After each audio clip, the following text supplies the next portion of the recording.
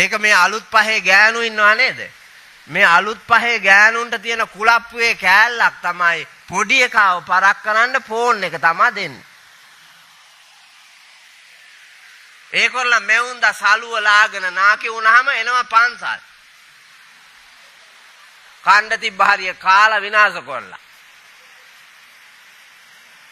රෙද්ද නෙමෙයි සිල් තියෙන්නේ බලන්න. රෙද්ද තියනද සිල්? රෙද්දෙන් පෙන්නන්න හදන්නේ සිල්. මේ වස්ත්‍රයෙන් සිල් පෙන්නන්න බෑ. සිල් තියෙන්න ඕන කොහෙද? කොහෙද සිල් තියෙන්න ඕන?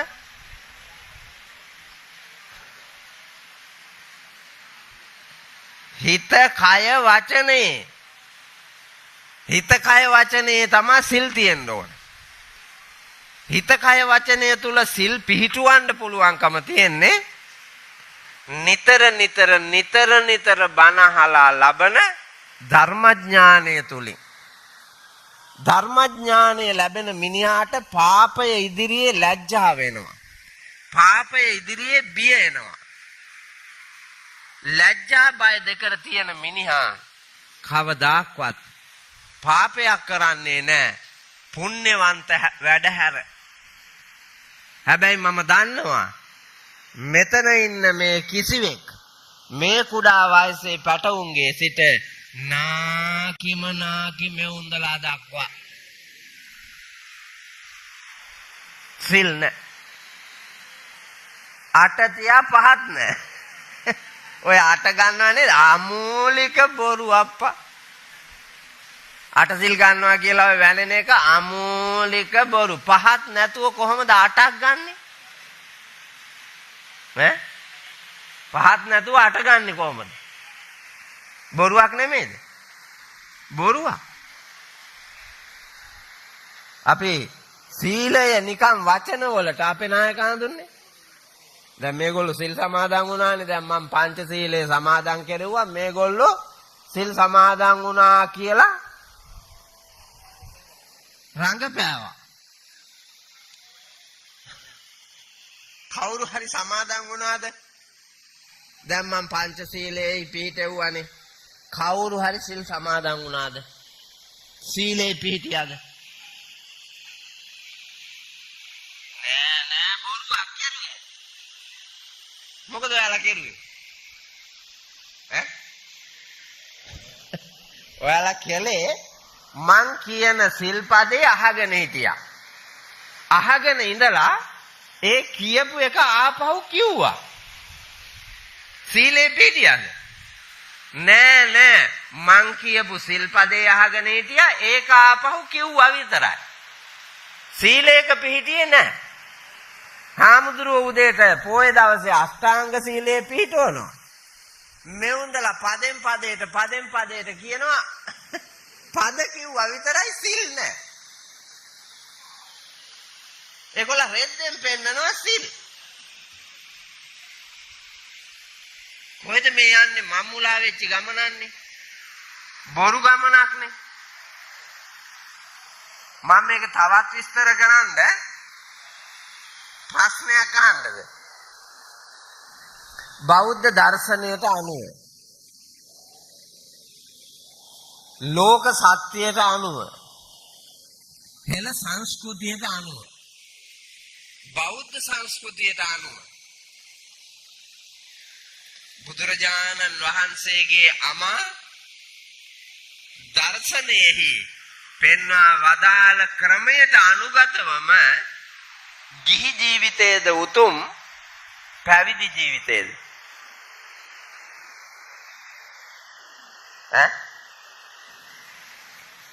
නිදහස තියෙන, සතුට තියෙන, වන්දනීය බව තියෙන, පූජනීයත්වයේ තියෙන, පරිවාර සම්පත්තිය රැඳෙන, නිර්වාණයට ළඟ ගිහි ජීවිතයේද පැවිදි ජීවිතයේද?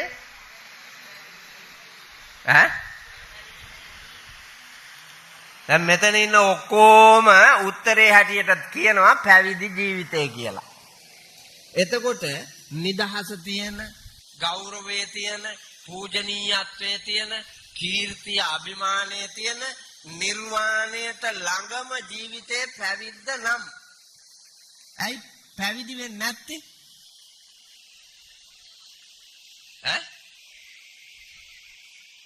ඇයි පැවිදි වෙන්නේ නැත්තේ? අවුනා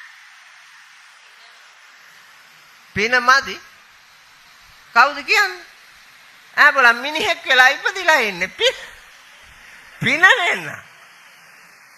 මිනිහෙක් වෙලා ඉපදුනා නම් පින. දැන් කසාද බඳින්න නැතුව ඉන්න තිබ්බනේ පින මදි. ඒ හින්දා මිනිහෙක් ගන්න පින මදි කියලා ඉන්න තිබ්බේ නැද්ද? නෑ ඒක මුලින්ම කෙරුවා. ගෑණියෙක් ගන්න පින මදි කියලා පැත්තකට වෙලා ඉන්න තිබ්බනේ. රස්සාවක් ගන්න පින මදි. ගෙයක් හදා ගන්න පින මදි. එච්චර ඔට්ටු වෙන්නේ නැතුව පුළුවන් වැඩේනේ මහාන වෙන එක. පන්සලකට ආවා. ඇවිල්ලා ස්වාමින් වහන්සේට කිව්වා අවුරුද්දක් දෙකක් තුනක් සාසනික වැඩ හොඳට පුරුදු වුණා, පැවිදි වුණා. දැන් ඔය තියෙන කලහකාරී හැල හැප්පිලි මොකක්වත් නැහැ. මම බලන්නකො අනුරාධපුරේ වන්නේනේ. අනුරාධපුර වන්නේ උතුරු මැද පළාතේ. අද කහතුඩුවේ ප්‍රගති මාවතේ සුමන ධර්මායතනයේ අපේ නායක හාමුදුරුවෝ කරවන ලද මනරම් ධර්ම මන්දිරයේ කරවන ලද දරුපැටව ගොක්කොල කර්මාන්තයෙන් කරවන ලද පාරිසරික වස්තු භාවිතා කරලා කරවන ලද මනරම් ධර්ම සිංහාසනාරූඪ වෙන්න වාසනාව තිබ්බ එකම මිනිහමන්නේ. එකම මිනිහමන් කහතුඩුවේ එකෙක්වත් නැහැ. මේකේ ඉඳ ගන්න අද කහතුඩුවේ ඉන්නවද එකෙක්වත්? නැහැ. පින නැති ඉන්නද? පින තමන් ගාවනේ නිර්මාණය කරගන්න ඕන. නිර්වාණය කොහෙද තියෙන්නේ? නිර්වාණය තියෙන්නේ තමන් ළඟ. ඒක තමන් උදා කරගන්න ඕන. මතු කරගන්න ඕන. ඒක මතු කරගන්න මහන්සි වෙන්න ඕන. අපි එතෙන්ට එන්නේ නැහනේ. සීලය තමා විසින් නිර්මාණය කරගන්න ඕන. තමා පිහිටන්න ඕන. ඒක අපිට දෙන්න බෑ. අපිට ඒක කෙනෙකුට දෙන්න බෑ. පින් මේ ජීවමානව ඉන්න කෙනෙකුට දෙන්න බෑ. හැබැයි පිනට මඟ පෙන්වන්න පුළුවන්. නිදහසට මඟ පෙන්වන්න පුළුවන්. සතුටට මඟ පෙන්වන්න පුළුවන්. වැදගත් බෝසත් පෝසත් උගත් බුද්ධිමත් මිනිහෙක් වෙන්න මඟ පෙන්වන්න පුළුවන්. හැබැයි ඒ තන පිහිටුවන්න අපිට බෑ. පිහිටුවීමේ කාර්යභාරය තියෙන්නේ ඔබට. දැන් ඔබේ ගෙදරට යන පාර කියන්න පුළුවන්. දැන් වීරසිංහ මහත්තයා මට අනුරාධපුරයේ ඉඳලා කහතුඩුවට එන්න පාර කිව්වා. වීරසිංහ මහත්තයා මට පාර කිව්වා. ඊට පස්සේ මේ ප්‍රගති මාවත අලුත් පාර කියලා එකක් තියෙනවා. ප්‍රගති මාවත අලුත් පාර කියලා තිබ්බා. මං එතෙන්ට ඇවිල්ලා වාහනේ නවත්තවුවා. නවත්තලා ඉවරලා ඇහුවා ප්‍රගති මාවත හම්බුණා. ප්‍රගති මාවත අලුත් පාර කියලා තියෙනවා. ස්වාමීන් වහන්සේ ඒකෙත් ආව හැකි. මෙහා පැත්තේ අපි ඉන්නවා ලොකු ස්වාමීන් වහන්සේත් එක්කම වඩින්න කිව්වා. මං ආවා. පාර කියලා දුන්නා නම් ඒ පාරේ යන්න පුළුවන් වරදින්න.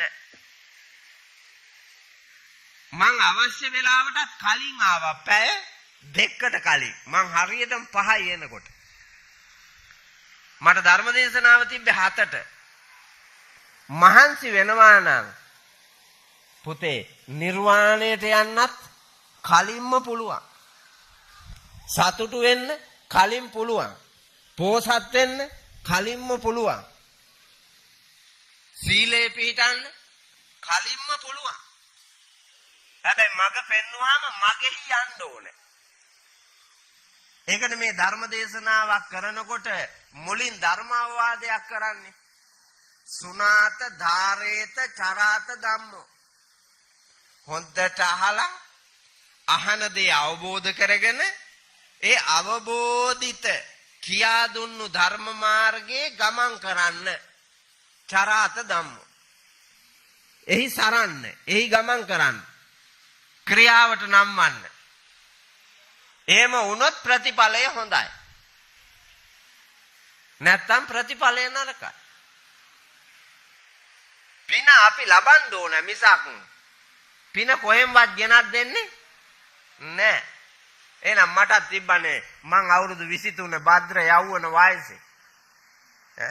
මේ කහතුඩුව දිහාට ඇවිල්ලා ඔය කුණු වැලක් අයිනේ කූඩාරමක් හදාගෙන මේ කහතුඩුව පැත්තෙම ගොරකණ්ඩක් වාගේ කියක් එල්ලාගෙන අරකේ ළඟින්ද තිබ්බේ නැද්ද මටත් පින නෑ අඩේ කියලා.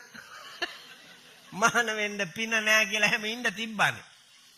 නෑ මං චූටි කාලේ ඉඳලා දහම් පාසල් ගියා. ස්වාමින් වහන්සේලා ආශ්‍රය කළා. දහම් පාසලේ ඉගැන්නුවා. පොතපත මනාව කිව්වා. මගේ බුද්ධ ධර්මයේ ගුරුවරිය ශ්‍රේෂ්ඨයි. ඇය මට මේ බණ පොත නිතර දකින්න සැලැස්සුවා. අපේ අම්මා හැමදාම රැට නින්දට යනකොට එක්කෝ වෙස්සන්තර ජාතකයේ කවි එහෙම නැත්තම් එදිනෙදා ඔය සෝචනීය සිද්ධියක් වෙනුවෙන් ගහපු කවිකොළ බුදුගුණ අලංකාරයේ කවි ලෝ වැඩ සංග්‍රහයේ කවි සුභාසිතේ කවි මෙව්වනේ අපි නිදියනකම් කිව්වේ. ඒවා අහලා දැකපු ලෝකයේ ඇතුලේ සමාජයත් එක්ක බලනකොට මේක මහා ජරාවක් කියලා හිතිලා මේකෙන් අත මිදෙන්න තියෙන එකම තැන මෙතන කියලා තෝරාගෙන මගේ අවුරුදු 23 භද්‍ර යවුනේ මම මාන වුණානේ. ඉතින් උඹලටත් තියෙන ඒකනේ. ඇයි බැරි? පෙරේතකම. පින නැතිකම නෙමෙයි. පෙරේතකම. මොකක්ද පෙරේතකම? කාමයේහි වරදවා හැසිරීමේ පෙරේතකම. ඇහැ පිනවන්න, කන පිනවන්න, නාසය පිනවන්න, දිව පිනවන්න, ශරීරය පිනවන්න, මනෝභාවයන් පිනවන්න තියෙන පෙරේතකම හින්දා ඔය පැත්ත දාලා මේ පැත්තට එන්න. ඒගොල්ලෝ අපි කියනවා පින් නැහැ කියලා. අපේ අර කුණු වහගෙන නෙමෙයි. අපේ කුණු වහගෙන ඉන්නේ. ඒකලා ලෝකයට පෙන්නනවා මං හරි පුණ්‍යවන්තයි. මං දානපති. මං නිර්ලෝභී. මං ගමේ ඉන්න සම්භාවනීය. උත්තම. එහෙම පෙන්නනවා. මේක ගියෝ විතරක් නෙමෙයි. සමාව අවසරය අපේ හඳුන්නේ සමහර පැවිද්දොත් ඉන්නවා. මේ ගොඩේ සමහර පැවිද්දොත් ඉන්නවා. සිල් පෙන්නනවා සිවුරෙන් ඇති සීලයක් නෑ බැලුවහම. ඔව්. අර හිර ගෙදර ඉන්නේ. මම බණ කියන්න ගිහිල්ලා බලනකොට 5 දෙනෙක් ඉන්නවා හිරේ. ජේල මහත්තයෙක්ගෙන් ඇහුවා මේ කහපාට අයයි කියලා මම. ඒ ගමන කිව්වා අපේ හාමුදුරනේ නිදහන් කඩාපු 3 දෙනයි දූෂණ වලට අහුවෙච්ච දෙන්නයි කිව්වා. දැන් නිදහන් කනන්න දායි. ඇයි මේක දාගත්තාම පින්නතුනේ කවුරුත් සැකෙන් බලන්නේ. පූජනීයත්වයෙන් බලනවා. ඕන තැනකට යන්න පුළුවන්. ගරු කරනවා. ඒ නිසා පන්සල පූජා කරනවා රාජ මහා විහාරේ. හාමුදුරුවරු නෑනේ. ඔබ වහන්සේ මේ පන්සලේ වැඩ ඉන්න කියලා. එනකොට පාත්‍රේ තතේ තියාගෙන වටාපතත් අරන් පියවර මනිමින් එන්නේ. එනකොටම ගමේ ගානු රවටනවා. ඒ වැඩේ අපි ගමේගෙද බලාපියන්. අපේ පන්සලේ කාර්යය වගේද? අපේ පන්සලේ කාර්යය කුලප්පෝ.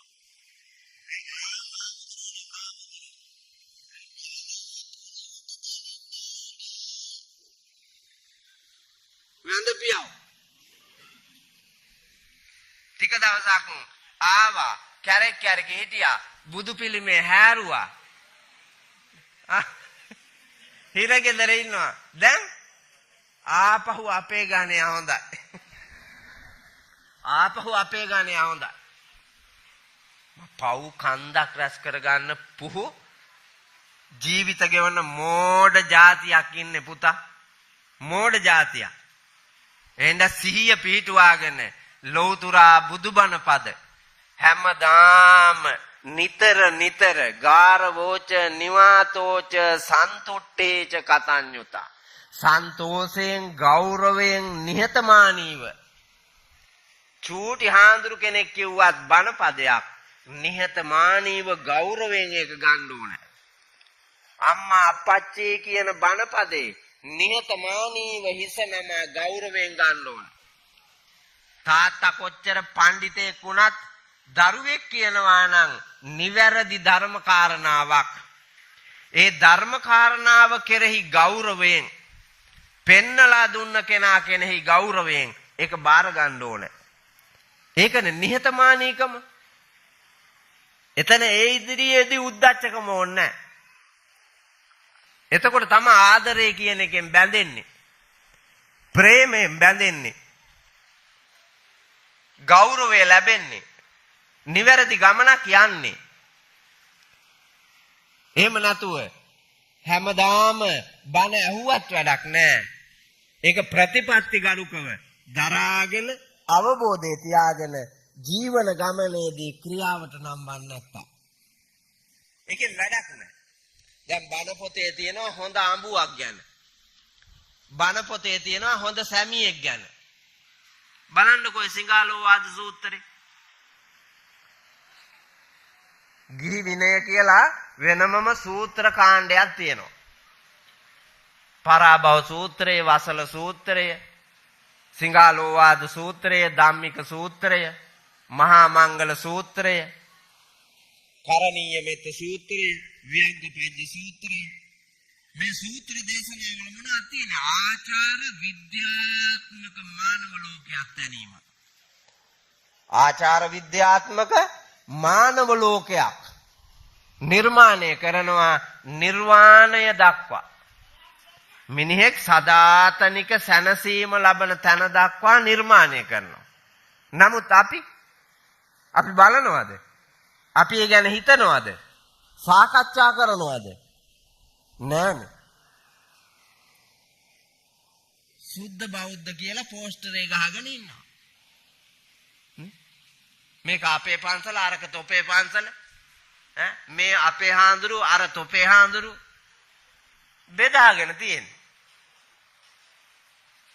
අපි ඔක්කොම හාඳුරුව බුදුහාඳුරන්ගේ පුතු නම් අය බෙදන්න දෙයක් තියෙනවද මිනිසුන්ට? මිනිසුන්ට බෙදන්න දෙයක් නැහැ. සමාව අවසරයි.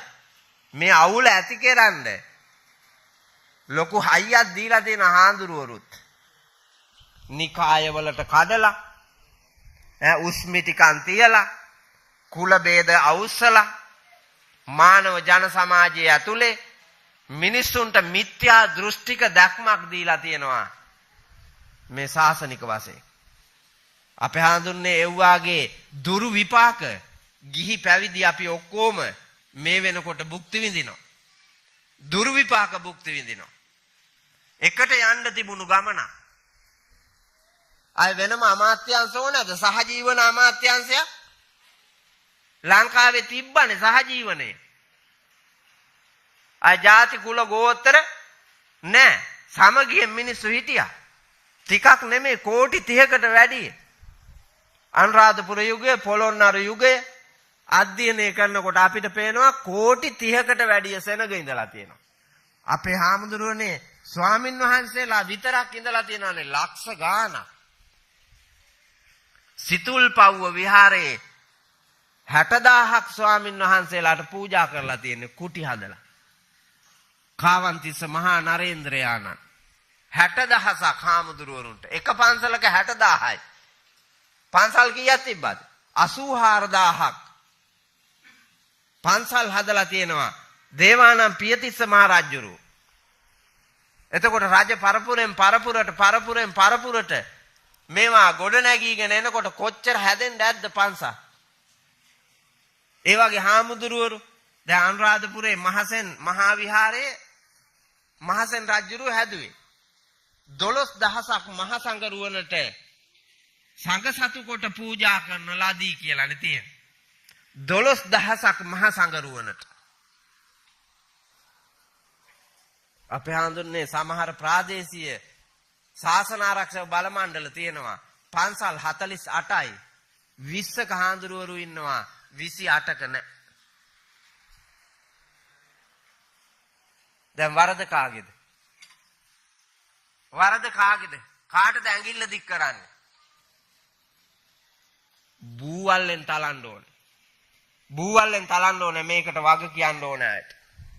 භික්ෂු භික්ෂුණී උපාසක උපාසිකා සිව්වන පිරිසට මේ සම්බුද්ධ ශාසනය චිරාත් කල් ආයුබෝ වඩා ඉදිරියට අරගෙන යන්න කියලා බුදුහාඳුරුව අනුශාසනා කළේ.